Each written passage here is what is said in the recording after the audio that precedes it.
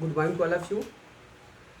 Important questions के series में आज हम लोग मुख्यतः चर्चा करेंगे जियोग्राफी में बीए थर्ड ईयर के लिए जो जियोग्राफी का फर्स्ट पेपर है, जिसे आप जानते हैं हिस्ट्री ऑफ जियोग्राफिकल थाट। तो हिस्ट्री ऑफ जियोग्राफिकल थाट में आपके जो अपकमिंग एग्जाम्स हैं उसमें कौन से इंपॉर्टेंट क्वेश्चन होंगे उनकी चर्चा करेंगे। तो उसमें सबसे पहले देखते हैं कि जो आपका फर्स्ट पेपर होगा that will be compulsory to all the candidates. यह सबके लिए अनिवार्य होगा और इसमें आपको लगभग आता है कि write to a note a short note on the any five of the followings. तो नीचे अधोलिखित लिखित किसी 5 पर शार्ट नोट या टिप्पणी लिखिए। ठीक है, तो यहाँ पे इसमें आपका 60 नोट आ जाएगा 5, और उसमें से अब चूँकि इसका सिलेबस काफ़ी बड़ा है तो उसमें से कहीं से भी कोई क्वेश्चन आपके 60 में पूछे जा सकते हैं। बट प्रोबेबल जो हैं आपके अभी तक के लिए तो उसमें कुछ क्वेश्चन हो सकते हैं, आप उनको ज़्यादा हाईलाइट कर सकते हैं। जैसे कि आपका है पार्थिव एकता का सिद्धांत, तो पहला आपका हो जाएगा पार्थिव एकता का सिद्धांत। ठीक है, तो आपका ये हो गया प्रिंसिपल्स ऑफ टेरेस्ट्रियल यूनिटी, एक हो सकता है। दूसरा आपका हो सकता है संभववाद की संकल्पना, कंसेप्ट ऑफ पॉसिबिलिज्म। तो संभववाद की संकल्पना, संभववाद की संकल्पना, कंसेप्ट ऑफ पॉसिबिलिज्म। अगला आपका हो सकता है भूगोल में अंधयुग के कारण, causes of darkness in geography. तो आपका हो जाएगा भूगोल में अंधयुग के कारण, अंधयुग के कारण। और अगला यहाँ पे क्वेश्चन हो सकता है आपका अल्माजेस्ट, एक हो जाएगा आपका अल्माजेस्ट, राइट नोट ऑन अल्माजेस्ट। अगला हो सकता है आपका संपूर्णता का सिद्धांत, कंसेप्ट ऑफ होलनेस और कंसेप्ट ऑफ होल, संपूर्ण का सिद्धांत, संपूर्ण का सिद्धांत, कंसेप्ट ऑफ होल। और अगला हो सकता है आपका वह है डिकोरोग्राफिया, डिकोरोग्राफिया और कभी कभी महत्वपूर्ण जो आपके जियोग्राफिकल स्कॉलर्स हैं उन पे आ जाता है। कभी कभी आपके जो कुछ प्राचीन काल के महत्वपूर्ण आपके लेखक हैं, राइटर्स हैं और हिस्टोरियंस हैं, ठीक है, जिन्होंने जियोग्राफी में भी काम किया है, उन पे भी शार्ट नोट आ सकता है। जैसे स्ट्रैबो का योगदान क्या है इसमें, स्ट्रैबो हो गए, आपके टॉलमी हो गए, आपके अल्बर्नी हो गए, मार्को पोलो हो गए, तो उनको भी आप पढ़ सकते हैं। इब्न खल्दून हो गए, ये सब महत्वपूर्ण हैं। और आधुनिक भूगोलवेत्ताओं में कार्ल रिटर हो गए, ये सब महत्वपूर्ण है, तो कार्ल रिटर पढ़ सकते हैं। यहीं पे आप पढ़ लीजिएगा स्ट्रैबो, जिन्होंने जियोग्राफिका नामक ग्रंथ लिखा है। इसी के साथ एक अगले बहुत फेमस हैं आपके अल्बर्नी, जिन्होंने तहकीक हिंद लिखा है। और इन्होंने तहकीक हिंद जिसे आप कहते हैं हिंद का दर्पण, ठीक है, तो इनका एक बहुत महत्वपूर्ण ग्रंथ है। अल कानून उल मोहम्मदी, इनका एक महत्वपूर्ण किताब है। तो अल्बर्नी हो गए, इनको मुन्नजिम भी कहते हैं, इन्होंने भूगोल में बहुत सारा काम किया है, कंसेप्ट अपना दिया है। और अगले आपके हो गए इसमें वे हैं मार्को पोलो,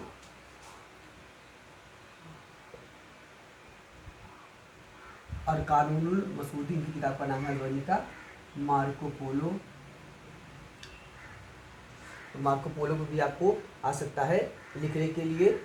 तो बहुत सारे हैं, इब्न खल्दून हैं, इस्लामिक इतिहास के महत्वपूर्ण व्यक्ति हैं इब्न खल्दून, ठीक, इन सब पे ऐसे ही कुछ और अपना शार्ट नोट्स आप देख सकते हैं, जिन पे आपको थोड़ा बहुत लिखना होगा। मुश्किल से मान के चलिए 8 लाइन 10 लाइन के आसपास ही लिखना होगा, ज़्यादा नहीं। अगला आते हैं जो यूनिट 1 होगा दैट विल बी इम्पॉर्टेंट। अब यूनिट 1 होगा, यूनिट 1 से आपको एक क्वेश्चन करना है। इसमें आपका एक तो सबसे ज़्यादा प्रोबेबल जो लग रहा है वो है आपका भूगोल का अर्थ और उसकी विषय वस्तु, उसका उसका विषय क्षेत्र, मतलब meaning and scope of geography. तो पहला यहाँ क्वेश्चन हो जाएगा, पहला इसमें हो जाएगा meaning and scope of geography, भूगोल का अर्थ और विषय क्षेत्र। ठीक, एक तो सबसे इम्पोर्टेंट क्वेश्चन है ये। और दूसरा इम्पोर्टेंट क्वेश्चन यहाँ से हो सकता है कि right a note on the methods of explanation in geography. भूगोल में व्याख्या की प्रमुख विधियों या व्याख्या की प्रमुख पद्धतियों पर टिप्पणी लिखिए या लेख लिखिए या निबंध लिखिए। तो भूगोल में व्याख्या की पद्धतियों पर या विधियों पर, व्याख्या की विधियों पर प्रकाश डालिए।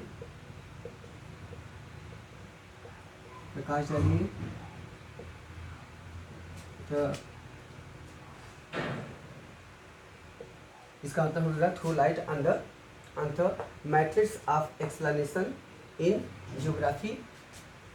और इसमें एक क्वेश्चन आप और पढ़ सकते हैं, वह कई बार पूछ रहा है कि भूगोल की वैज्ञानिक व्याख्या क्या होती है, साइंटिफिक एक्सप्लेनेशन ऑफ ज्योग्राफी और इन ज्योग्राफी। और कभी कभी पूछ रहा है कि आपका कि भूगोल को एक संश्लेषणात्मक विज्ञान, जिसे आप कहते हैं सिंथेसाइजिंग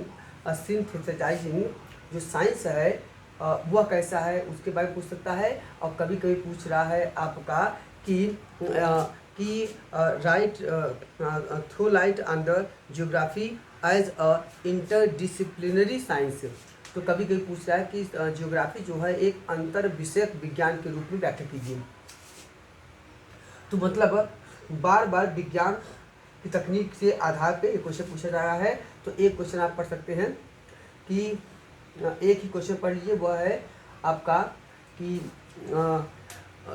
भूगोल में वैज्ञानिक व्याख्या, तो वो संश्लेषणात्मक क्या है, हाँ वे भी आपका फाइनल वो कर लेगा। और एक एज ए इंटरडिसिप्लिनरी साइंस जो है वो भी उसी में आ जाएगा। तो एक पढ़ लीजिए, भूगोल की वैज्ञानिक व्याख्या। भूगोल में वैज्ञानिक व्याख्या, राइट अ नोट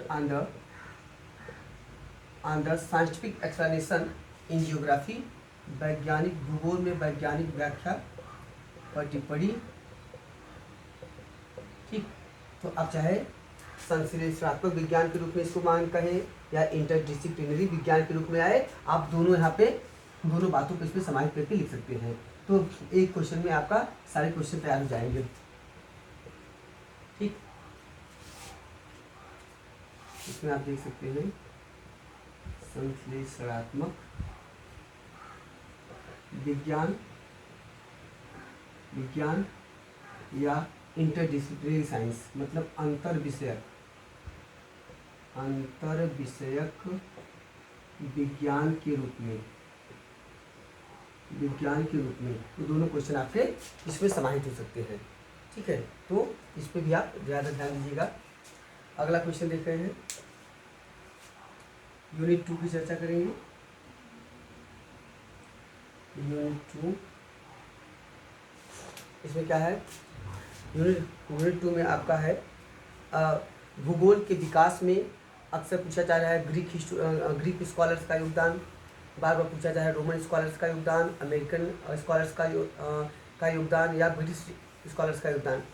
तो अच्छा ये है कि कम से कम इस यूनिट से ही दो यही तैयार कर लीजिए, एक भौगोलिक ज्ञान के विकास में या भूगोल के विकास में ग्रीक स्कॉलर्स का कंट्रीब्यूशन क्या है और रोमन का। तो पहला पढ़ लीजिए, भूगोल के विकास में ग्रीक मतलब यूनानी ग्रीक विद्वानों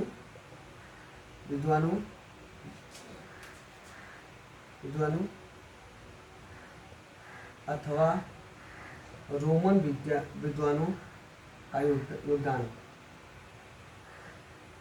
तो इसमें आप दोनों पढ़ लीजिए, रोमन भी पढ़ लीजिए और आप यहाँ ग्रीक, ठीक है, ये दोनों पढ़ लीजिए। आपका 2 क्वेश्चन तैयार हो जाएगा महत्वपूर्ण यहाँ से। और एक आ रहा है कि भौगोलिक ज्ञान के विकास में खोजों एवं अन्वेषण युग के प्रभावों की चर्चा कीजिए।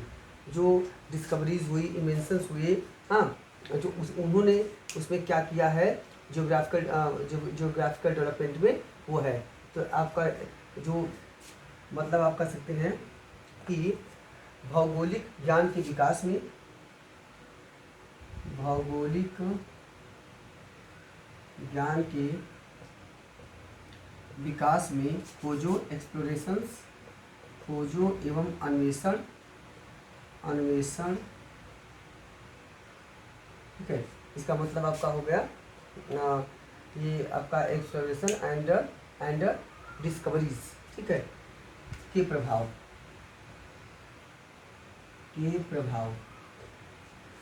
का अध्ययन कीजिए। अन्वेषण युग के प्रभाव की विवेचना कीजिए। अन्वेषण युग के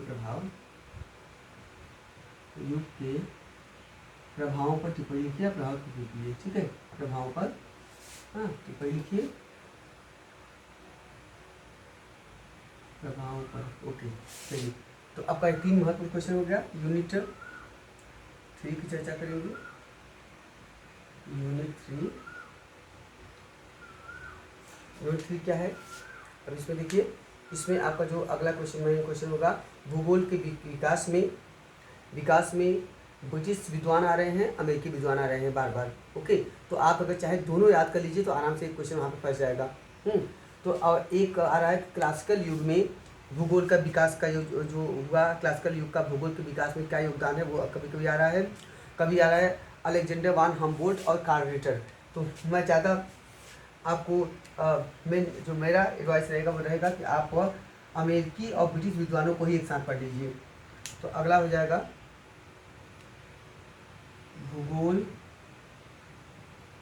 के विकास में अमेरिकी विद्वानों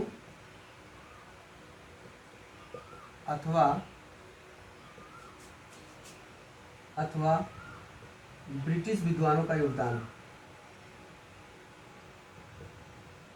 इसमें से 100% एक क्वेश्चन आ जाएगा, दोनों पढ़ लीजिए एक साथ, दोनों पढ़ लीजिए, सबसे अच्छा यही है। हाँ, और एक क्वेश्चन अगर आपको यहाँ से पढ़ना है तो एक क्वेश्चन आप पढ़ लीजिएगा कि वह है भूगोल के विकास में अलेक्जेंडर वान हम्बोल्ट या कार्ल रिटर का योगदान। तो अगला हो जाएगा भूगोल के विकास में। देखिए, ये तो क्वेश्चन थोड़ा रिपीट हुई, संभावना कम लगेगी कि हम्बोल्ट या कार्ल रिटर को रिपीट कर दे, लेकिन इन दोनों में से एक क्वेश्चन आने की 101% संभावना है। तो यहाँ पे भूगोल के विकास में वान हम्बोल्ट से अच्छा मुझे ज़्यादा लग रहा है कि आप बल्कि इसके कर लीजिए कि क्लासिकल जो एज है उसका योगदान, भूगोल के विकास में क्लासिकल एज का योगदान। क्लासिकल एज, इसको लिखते हैं हिंदी में चीर सम्मत काल, इसे बोलते हैं चीर सम्मत काल का योगदान। ये ज़्यादा सही लग रहा है इसमें क्वेश्चन, ठीक है। और अगला पढ़ लीजिए आप यूनिट 4 में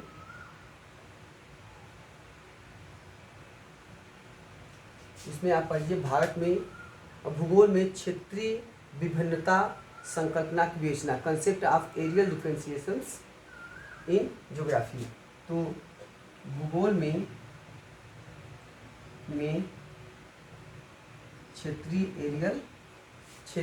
विभिन्नता संकल्पना, एरियल डिफरेंशिएशंस, क्षेत्रीय विभिन्नता संकल्पना की विवेचना कीजिए।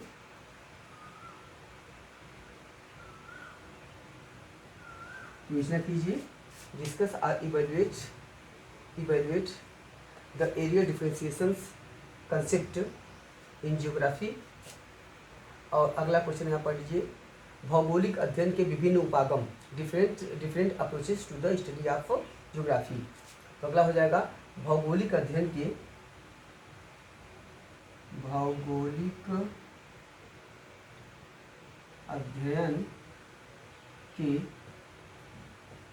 विभिन्न उपागम, मतलब पद्धति होती है, सिस्टम, विभिन्न उपागमों पर निबंध लिखिए या व्याख्या कीजिए। और निबंध write and essay on the different methods और different approaches to the study of geography. और इसमें एक और लास्ट क्वेश्चन पढ़ लीजिएगा, भूगोल में द्वैतवाद क्या है और भौतिक एवं मानव भूगोल के बीच द्वैतवाद का विवरण बताइए। तो एक हो जाएगा भूगोल में द्वैतवाद, डुअलिज्म इन ज्योग्राफी, भूगोल में द्वैतवाद तथा भौतिक व मानवीय द्वैतवाद, भौतिक एवं मानव भूगोल के बीच, भौतिक एवं मानव भूगोल के बीच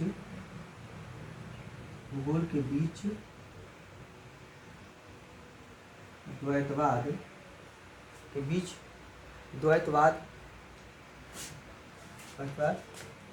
पर निबंध